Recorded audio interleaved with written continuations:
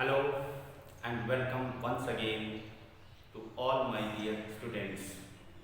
बच्चों, chemistry class में 11th class के इस क्लास में इस वीडियो लेक्चर में मैं आप सबका फिर से एक बार वेलकम करता हूँ। बच्चों, अभी हम क्लास 11th का सेकंड चैप्टर पढ़ रहे हैं और इस सेकंड चैप्टर में लास्ट क्लास में हमने क्वांटम नंबर्स के बारे में डिस्कशन किया था। डिफरेंट क्वांटम नंबर्स, जो 4 तरह के क्वांटम नंबर्स होते हैं, उनके बारे में हमने डिस्कशन किया। यहाँ पर थोड़ा सा हम क्वांटम नंबर को फिर कंटिन्यूएशन में फॉर्म में लेते हुए मैं यहाँ पर चल रहा हूँ ताकि आपको क्वांटम नंबर्स के बारे में और अच्छे से समझ में आ जाए। जैसा आप देख रहे हो, यहाँ पर मैंने टॉपिक भी लिखा है क्वांटम नंबर्स। तो इस क्वांटम नंबर को हम यहाँ पर आज थोड़ा और डिस्कशन करेंगे फर्स्ट सेशन में अपने। नेक्स्ट सेशन में बच्चों हम शेप ऑफ द ऑर्बिटल्स के बारे में डिस्कशन करेंगे। जैसा कि लास्ट वीडियो लेक्चर में भी हमने ये पढ़ा कि अलग अलग इलेक्ट्रॉन्स अलग अलग डिफरेंट टाइप्स के एनर्जी शेल्स में, एनर्जी लेवल्स में रहता है और सेल के साथ साथ सबसेल्स के साथ साथ ऑर्बिटल्स का भी एसोसिएशन डिफरेंट सेल्स में होता है। इन्हीं बातों को हम और अच्छे से समझते हुए क्वांटम नंबर्स को और यहाँ पर हम स्टडी करेंगे। चलिए स्टार्ट करते हैं क्वांटम नंबर्स के और एक्सप्लेनेशन को। बच्चों, लास्ट क्लास में हमने ये सीखा कि there are the 4 types of the quantum numbers are there. कौन कौन से होते हैं? Number 1 is the principal quantum number n। Number 2 azimuthal quantum number, that is the l, represented by l। Number 3 is the magnetic quantum number, represented by small m, and number 4 is the spin quantum number, denoted by the s। बच्चों, ये 4 तरह की quantum numbers होती हैं। Okay, principal quantum number, azimuthal quantum number, magnetic quantum number and spin quantum number. Okay, ये हमें समझ में आ गया। ये क्वांटम नंबर्स हमें क्या क्या बताते हैं, ये जरा हम समझते हैं। Principal quantum number, that is n, is the main quantum number which give us about the main energy level of the atom of that particular electron, that in which main shell the electron is associated and it is represented by 1 2 3, जैसे के L M N होता है इस तरह से। तो ये हमें सेल बताती है, मेन सेल। फिर सेल के बाद एल आता है जो कि हमें सबसेल के बारे में बताता है कि किसी पर्टिकुलर सेल में कितनी सबसेल्स होती हैं। ठीक है, जैसे यहां पर एक मैं चार्ट बनाने जा रहा हूं, इन दोनों की हेल्प से आपको ये समझ में आएगा। Now see, for the n, okay, n के लिए अगर फर्स्ट सेल हो, n is the 1, okay 1, then second shell अगर हो, थर्ड सेल अगर हो, फोर्थ सेल अगर हो, इस तरह से डिफरेंट टाइप्स की अगर सेल हो तो उन सेल्स के अंदर कितनी सबसेल्स होंगी, इसको हमें पता करने के लिए हमें L की जरूरत होती है। ठीक है, L यहां पर देख सकते हैं हम, for this L mean to say give us the knowledge about the subshell. ठीक है, जैसे 1 हम ये देखा था लास्ट वीडियो लेक्चर में कि जो L की वैल्यू होती है वो L की वैल्यू पर डिपेंड करती है और L की वैल्यू 0 to n-1 तक होती है, 0 to n-1। तो फर्स्ट के लिए जो L की वैल्यू होगी वो हो जाएगी 0, देन सेकंड के लिए 0 एंड 1, थर्ड के लिए 0, 1 एंड 2, सिमिलरली फोर्थ के लिए 0, 1, 2 एंड 3, कितनी होंगी? अब यहां पर बच्चों ये देखिए कि इसमें फर्स्ट सेल में कितनी सबसेल्स होंगी ना। यहां पर ये जो लिखा हुआ है 0, इसका मतलब ये नहीं हो रहा है कि कोई भी सेल सबसेल नहीं होगी, बल्कि 0 is the representation of a subshell. Okay, basically ये एस सबसेल का रिप्रेजेंटेशन है। अभी मैं चार्ट भी बना देता हूं। जैसे जो 0 है, ओके, 0 के लिए हम s को डिनोट करते हैं, 1 के लिए हम p सबसेल को डिनोट करते हैं, 2 के लिए d को हम डिनोट करते हैं, 0, 1, 2, then after 3 s, p, d, f को डिनोट करते हैं। सिमिलरली फोर्थ के लिए क्या हो जाएगा आगे? s, p, d, f, g। अगर फिफ्थ हो, 5 नंबर हो, तो 5 नंबर को हम h के लिए डिनोट करते हैं। इस तरह से ये नंबर्स हैं और इन नंबर्स की मीनिंग हो गई कि इनका रिप्रेजेंटेशन ऑफ द सबसेल। ठीक बच्चों, समझ में आ रहा है? नाउ 0 मीन टू से s, p, d, f, g and h। हमें बात यहां तक समझ में आ गई। अब यहां पर ये देखिए, इसे एक टेबल में नोट कर लीजिएगा। यहां पर अगर ये देखिए तो जो फर्स्ट सेल है उसमें कितनी नंबर ऑफ सबसेल्स हैं? इसमें नंबर ऑफ सबसेल्स कितनी हो जाएंगी? 1। कौन सी वाली? S वाली। सेकंड में कितनी सबसेल्स होंगी? सेकंड में 2 सबसेल्स होंगी। कौन कौन सी? एक होगी 0 वाली और एक होगी 1 वाली। 0 और 1 का मतलब एक यहां पर टोटल नंबर ऑफ 2 होंगी सबसेल्स। कौन कौन सी? एक हो जाएगी S वाली और एक हो जाएगी P वाली। इसे मैं यहां पर रख कर दे रहा हूं। ओके, आप वीडियो पॉज करके इसे नोट कर लीजिए, फिर मैं यहां पर दिखाता हूं। इसमें कौन सी सेल हो गई? S की हो गई। फर्स्ट में S, सिर्फ S। सेकंड सेल में कौन सी हो गई? S की हो गई और P की। सिमिलरली यहां पर क्या हो जाएगी? थर्ड सेल में कौन सी हो जाएगी? It will be S, P and D. In the third cell there will be 3 types of the substance there. तो S, P, D यहां पर क्या हो जाएगा? ये हो जाएगा S, P, D and F। Third तक है तो इसका मतलब क्या हो गया? S, P, D and F। F subcells यहां पर होंगी। इसी तरीके से ये आगे बढ़ता चला जाता है। ठीक है बच्चों, तो अब ये हमें सबसेल्स का नंबर पता चल गया। नाउ नेक्स्ट वन बच्चों, अब इस सबसेल के बाद आता है ऑर्बिटल।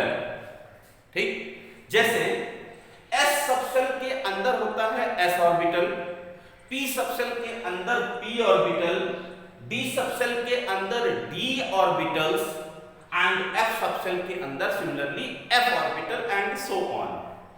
इस तरह से हर एक सबसेल्स के अंदर ऑर्बिटल्स भी होते हैं। अब किस सबसेल के अंदर कितने ऑर्बिटल्स होते हैं ये हम जरा देखते हैं। मींस हम यहां लिखेंगे number of orbitals, number of orbitals and in the number of orbitals, in the orbitals the electrons are found. Basically जो इलेक्ट्रॉन्स का एसोसिएशन होता है वो बेसिकली ऑर्बिटल्स के अंदर होता है। ठीक है, जैसे कोई घर है, घर के अंदर कमरे हैं, तो बेसिकली घर में अलग अलग डिवीजन के साथ साथ उसमें अलग अलग जो रूम्स बने होते हैं, तो जो हम रहते हैं वो बेसिकली हम कहाँ रहते हैं? रूम के अंदर रहते हैं। उसी तरीके से पूरे इलेक्ट्रॉन का जो ऑर्बिटल है वो उसका रूम एक तरीके से आप इसे कह सकते हो। अब यहां बच्चों ये देखिए, S ऑर्बिटल जो होता है उसमें एक ऑर्बिटल खाली होता है। S सबसेल के अंदर एक ऑर्बिटल। ठीक है, नंबर ऑफ ऑर्बिटल्स की कितनी होगी? 1, उनकी संख्या होगी 1। P ऑर्बिटल के अंदर P सबसेल के अंदर 3 ऑर्बिटल्स होंगे। जो p सबसेल है, इस p सबसेल के अंदर 3 ऑर्बिटल्स होंगे। ओके, d के अंदर कितने ऑर्बिटल्स होंगे? d सबसेल के अंदर 5 ऑर्बिटल्स होते हैं। देन आफ्टर f सबसेल के अंदर 7 ऑर्बिटल्स होते हैं।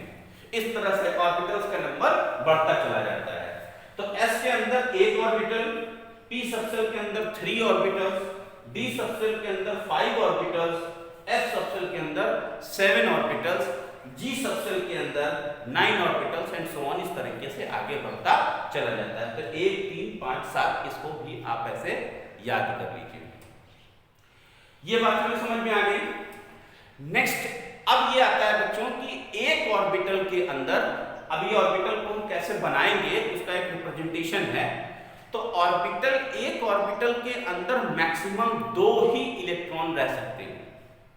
The maximum 2 electrons can be associate in one orbital. या तो एक रहेगा या एक से ज्यादा 2, मतलब मैक्सिमम 2 से ज्यादा कभी नहीं रह सकते किसी भी एक सिंगल ऑर्बिटल में। इस बात को जो मैं बोल रहा हूं इसे आप बहुत ही ध्यान से लर्न कर लीजिए, दिमाग में रख लीजिए कि एक ऑर्बिटल के अंदर मैक्सिमम 2 इलेक्ट्रॉन हो सकते हैं, 2 से ज्यादा नहीं। 2 से कम हो सकता है, या तो 1 हो सकता है, या फिर ऑर्बिटल खाली रहेगा, वो ठीक है। किसी के पास ऑर्बिटल है लेकिन उसमें इलेक्ट्रॉन नहीं है, ये हो सकता है। या एक ऑर्बिटल है तो उसमें एक ऑर्बिटल में 2 इलेक्ट्रॉन हो सकते हैं या 1 इलेक्ट्रॉन हो सकता है, लेकिन किसी भी ऑर्बिटल में 2 से ज्यादा इलेक्ट्रॉन नहीं हो सकते हैं। It is impossible. क्लियर? इस तरह से अगर अब हम ये देखें कि maximum number of electrons in these orbitals, these subcells की इनके जो ऑर्बिटल्स है इसमें कितने मैक्सिमम इलेक्ट्रॉन्स हो सकते हैं, तो इलेक्ट्रॉन्स का नंबर भी हम यहां पर लिख सकते हैं। जैसे अगर ज्यादा से ज्यादा कितने, s ऑर्बिटल में कितने इलेक्ट्रॉन हो सकते हैं? 2 इलेक्ट्रॉन, क्योंकि एक ऑर्बिटल है, एक ऑर्बिटल में मैक्सिमम 2, 1 या 2, तो मैक्सिमम मैं यहां पर लिख रहा हूं तो 2 इलेक्ट्रॉन्स। p ऑर्बिटल के पास, p सबसेल के पास 3 ऑर्बिटल्स है, तो 3 2 जा 6। इस तरह से यहां पर मैक्सिमम 6 इलेक्ट्रॉन्स हो सकते हैं। d सबसेल के लिए मैक्सिमम 10 इलेक्ट्रॉन्स हो सकते हैं। ठीक है, यहां पर साइन भी लगा देता हूं। f ऑर्बिटल्स, f सबसेल के 7 ऑर्बिटल्स में इस तरह से 14 इलेक्ट्रॉन्स हो सकते हैं मैक्सिमम। बात समझ में आ रही बच्चों? ओके, तो अब यहां पर ये चीजें हमें समझ में आ रही हैं। एक चीज और भी यहां पे क्वेश्चन मेरे दिमाग में आ रहा है, वो आपसे पूछना चाहता हूं। अगर मैं यहां पर एक क्वेश्चन ये कहूं, या आपके एग्जाम में एक क्वेश्चन इस तरह से आए कि सपोज सेकंड जो सेल है, उस सेकंड सेल में टोटल कितने ऑर्बिटल्स होंगे, how many orbitals which will be in the second shell. तो सेकंड सेल में सबसे पहले हमें पता लगाना होगा कि कितनी सबसेल्स हैं। There are the 2 subshells are there, s and p। s में कितने ऑर्बिटल? 1 ऑर्बिटल। p में कितने ऑर्बिटल? 3 ऑर्बिटल। तो टोटल नंबर ऑफ ऑर्बिटल्स कितने हो गए? 4। ठीक, यहां पर टोटल ऑर्बिटल का आंसर आ जाएगा 4। थर्ड के लिए कितना हो जाएगा? 1, 3 इसके पास और 5 इसके पास, कितने? तो 5 3 8 and 1 9। Total how many orbitals? 9। अगर हम इसकी बात करें तो, थर्ड की बात करें। क्लियर हो रहा है बच्चों? इस तरह से इस शेप, इस टेबल की हेल्प से या इस टेबल से हमें ये समझ में आ रहा है कि अलग अलग नंबर्स के लिए अलग अलग जो इनके मेन नंबर्स हैं, आपका जो n है, इससे लेकर के किस तरीके से हम सेल में सबसेल्स और उनके ऑर्बिटल्स का नंबर हम निकाल सकते हैं। एक बात और यहां बताना चाहूंगा कि अगर हमें L के बाद M की वैल्यूज निकालनी है, तो M की वैल्यूज -L से लेकर के +L तक होती है, इंक्लूडिंग 0। और S जो होता है, S हमें बताता है कि उस पर्टिकुलर ऑर्बिटल में इलेक्ट्रॉन क्लॉकवाइज घूम रहा है या फिर एंटी क्लॉकवाइज। क्लॉक के लिए, क्लॉकवाइज डायरेक्शन को शो करने के लिए हम प्लस हाफ से दिखाते हैं, जबकि एंटी क्लॉकवाइज को दिखाने के लिए हम माइनस हाफ से शो करते हैं। ओके, आई होप कि आपको इन क्वांटम नंबर्स से कुछ समझ में आया होगा। बच्चों, हम अपने अगले टॉपिक पर चलते हैं। Next topic that is the shape of the orbitals. ये भी एक बहुत ही इंपॉर्टेंट टॉपिक है हमारा इस चैप्टर को लेकर के, स्ट्रक्चर ऑफ एटम के चैप्टर को लेकर के, कि shape of the orbital. 2 marks 3 marks में क्वेश्चंस आपके आ सकते हैं कि draw the shape of the D orbitals, या फिर draw the shape of the S orbital, P orbital. इस तरह से ऐसे करके अलग अलग शेप को पूछ सकता है। बेसिकली आपको स्टडी करनी है डी ऑर्बिटल तक में। तो अलग अलग ऑर्बिटल्स, जैसा हमने यहाँ पर पढ़ा कि अलग अलग ऑर्बिटल्स होते हैं 1 3 5 7। ओके, ये ऑर्बिटल्स का नंबर है। जैसे एस सबसेल में हमने देखा कि 1 ऑर्बिटल, पी में 3 ऑर्बिटल्स, डी में 5 ऑर्बिटल्स, एफ में 7 ऑर्बिटल। और जैसा मैंने कहा कि आपको सिर्फ डी तक ही पढ़ना है, तो हम यहाँ पर ऑर्बिटल्स के शेप को अब स्टडी करेंगे। ठीक है बच्चों, please note it down this table and note down the next topic that is the shape of the orbitals. So let's start the shape of the orbitals.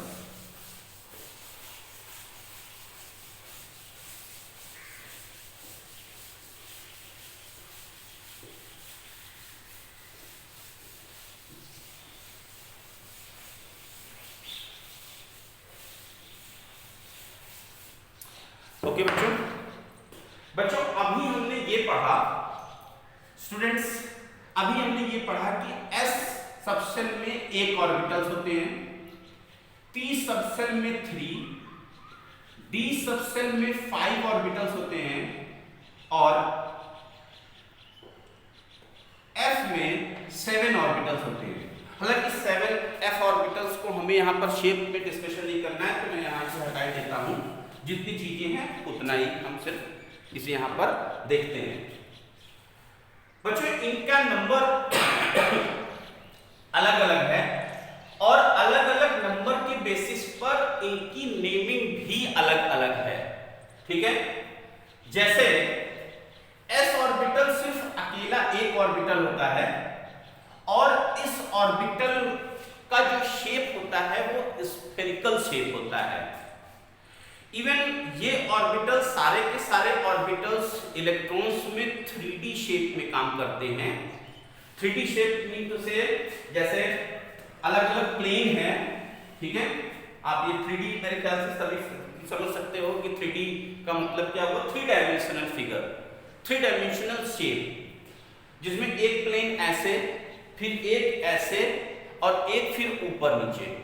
Okay, means मान लो ये एक plane है, ठीक, एक प्लेन ये है, फिर एक प्लेन ऐसे परपेंडिकुलर इसके साथ में आ जाए, और फिर एक बीच में। ठीक है, तो प्लस शेप में करके मैं शायद समझाने की आपको कोशिश कर रहा हूँ, आपको समझ में आना चाहिए। फॉर एग्जांपल, जैसे ये मैं चॉक की हेल्प से आपको समझाने की कोशिश करता हूँ। मान लो कि एक ये ऐसे हो गया, एक परपेंडिकुलर ऐसे हो गया, ठीक है, प्लस का साइन बन गया, और एक फिर ये ऐसे आ जाए आगे पीछे में। ठीक है, मेरे ख्याल से समझ में आ रहा है या नहीं आ रहा है ऐसे, लेकिन 3D फिगर को आप ऐसे समझने की कोशिश करिए कि एक ऐसे हो गया, एक ऐसे हो गया, फिर एक अंदर बाहर ऐसे हो गया। तो अंदर बाहर तो इसको ऐसे नहीं दिखा नहीं सकते, तो यहाँ पर हम कुछ इस तरह से ऐसे इसको शो करते हैं। ये जो लाइन है ये ऐसी लाइन है, एक ऐसे, एक ऐसे, फिर एक ऐसे। ये मान लेते हैं एक्स एक्सिस, ये मान लेते हैं वाई एक्सिस, ये मान लेते हैं जेड एक्सिस। अब ये तीनों एक्सिस पर 3D शेप में ये ऑर्बिटल्स होते हैं और इनका अलग अलग शेप होता है।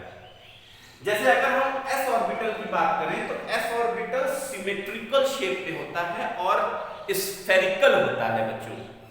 ठीक है, स्फेरिकल यानी कि गोल होता है, राइट। स्फेरिकल आप समझ सकते हो, गोल, पूरा इस तरीके से सॉलिडिफाई टाइप में होता है, ठीक।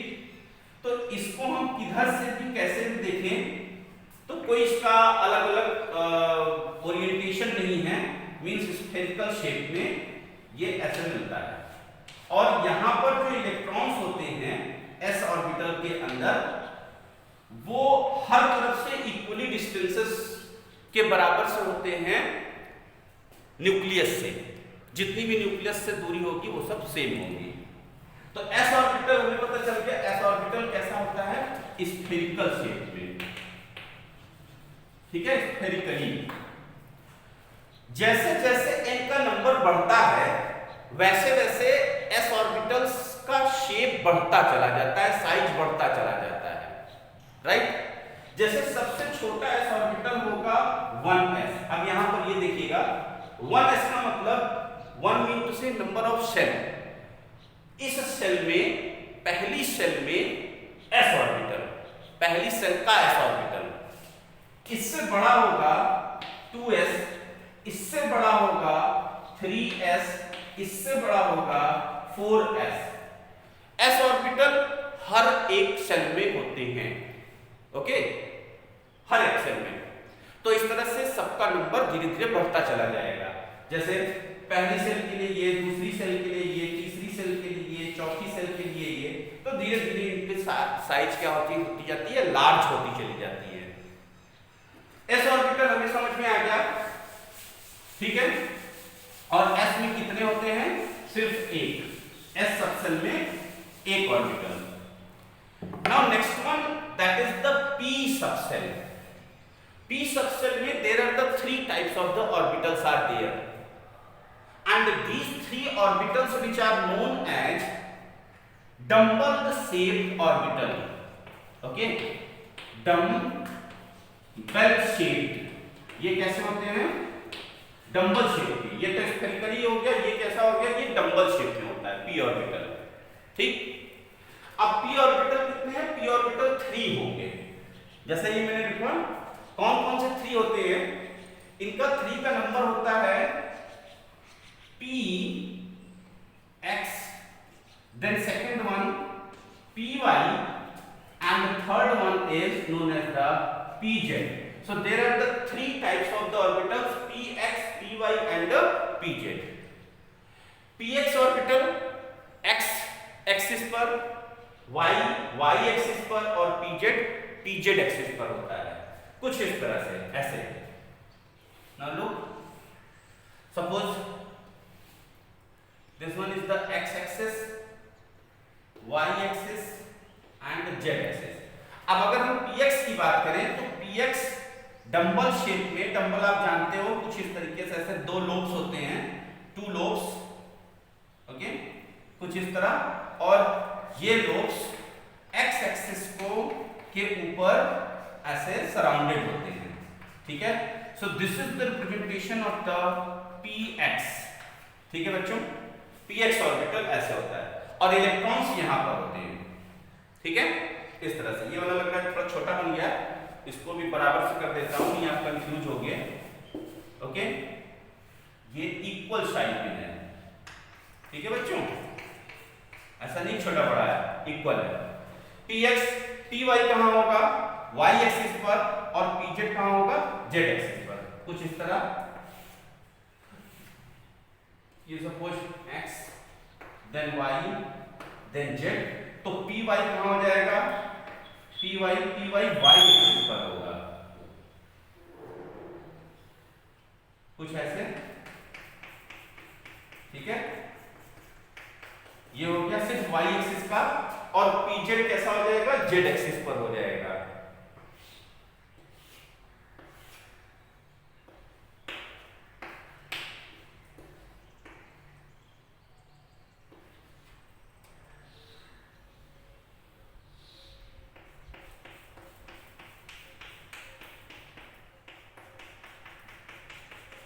ठीक है। Now it will be the px shape, pyz shape and px, y and z, तीनों शेप आपको पता चल गए, ठीक है बच्चों। इस तरह से ये 3 टाइप के 3 सब ऑर्बिटल्स हो गए, 1 2 3। नेक्स्ट आती है बारी डी सबसेल्स की। डी सबसेल्स में 5 ऑर्बिटल्स होते हैं। वीडियो पॉज करके इसे बना लीजिए, बाकी मैं याद कर दे रहा हूं ताकि फिर डी ऑर्बिटल्स को बना सकूं।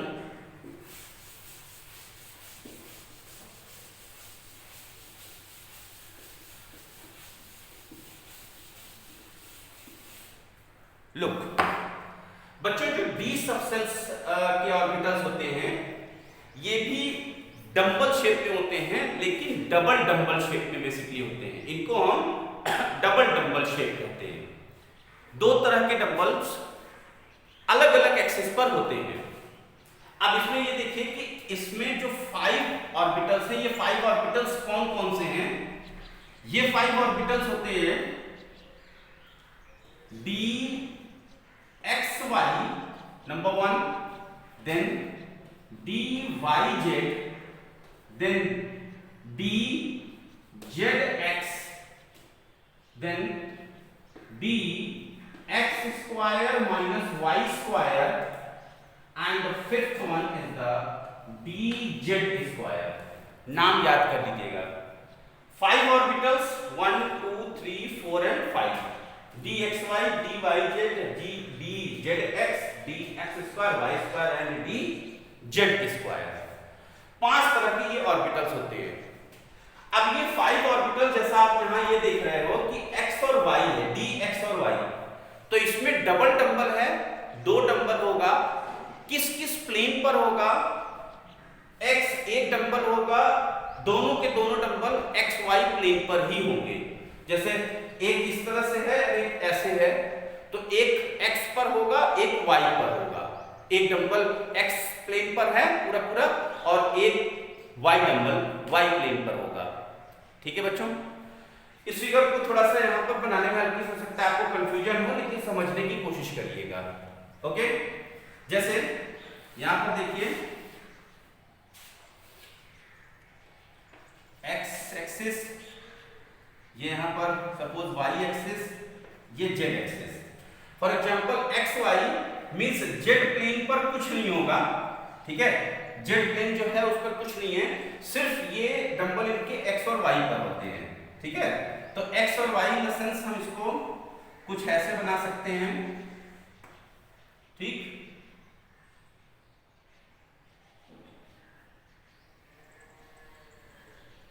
ऐसे। ठीक है बच्चों,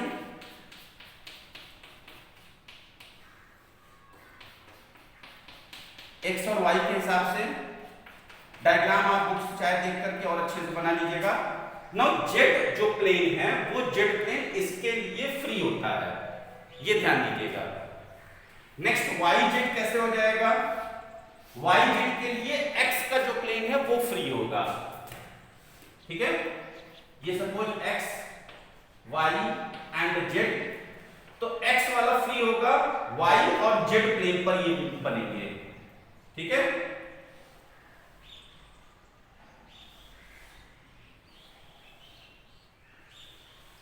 ये देखिए,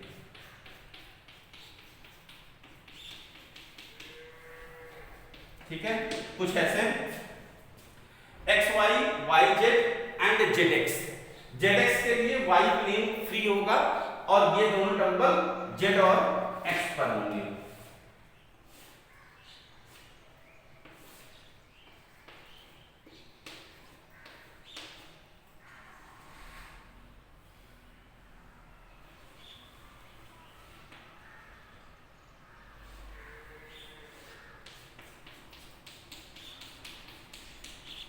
ठीक है बच्चों, x square and y square का जो ऑर्बिटल होगा वो बेसिकली इसकी तरह से ही होगा। ठीक है, इसकी तरह से ही, इनका भी शेप कुछ ऐसे ही है। और जेड स्क्वायर में क्या हो जाता है कि जेड स्क्वायर में एक डंबल लेकिन बीच में सराउंडिंग्स होती है। नाउ सी, इसकी वैल्यू को हम कैसे देखेंगे?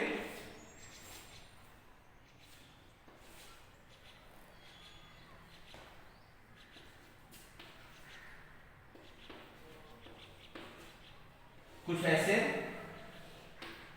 एक्स स्क्वायर, ओके बच्चों, एंड देन वाई स्क्वायर, ये इस तरह से, ठीक है। और जेड स्क्वायर की वैल्यू क्या हो जाएगी, कुछ ये ऐसे होते हैं, दिस वन इज एक्स, ठीक है, x axis, then y axis and z axis. तो इसके जो डंबल होते हैं वो सिर्फ जेड एक्सिस पर होते हैं, ये कुछ ऐसे, ये हो गया सिर्फ जेड एक्सिस पर, ओके। बट इसके साथ में एक यहां पर ऐसे रिंग लगी होती है, ओके बच्चों, इनका शेप डी जेड स्क्वायर का शेप कुछ ऐसे होता है, right. Now so these are the total 5 orbitals, 1 2 3 4 and 5, ठीक है। D x z, d y z, sorry x y, यहां पर एक्स वाई है, ये वाई जेड है, ये जेड एक्स है, ये x square minus y square, और ये डी जेड स्क्वायर। ओके बच्चों, आई होप कि आपको शेप भी समझ में आया, यहां तक कि आपके कोर्स में है। एफ को स्टडी आपको नहीं करने की जरूरत है, हायर स्टैंडर्ड में जब उसकी स्टडी होगी तो फिर उसके लिए बात अलग है। आज के वीडियो लेक्चर के लिए इतना ही, थैंक यू।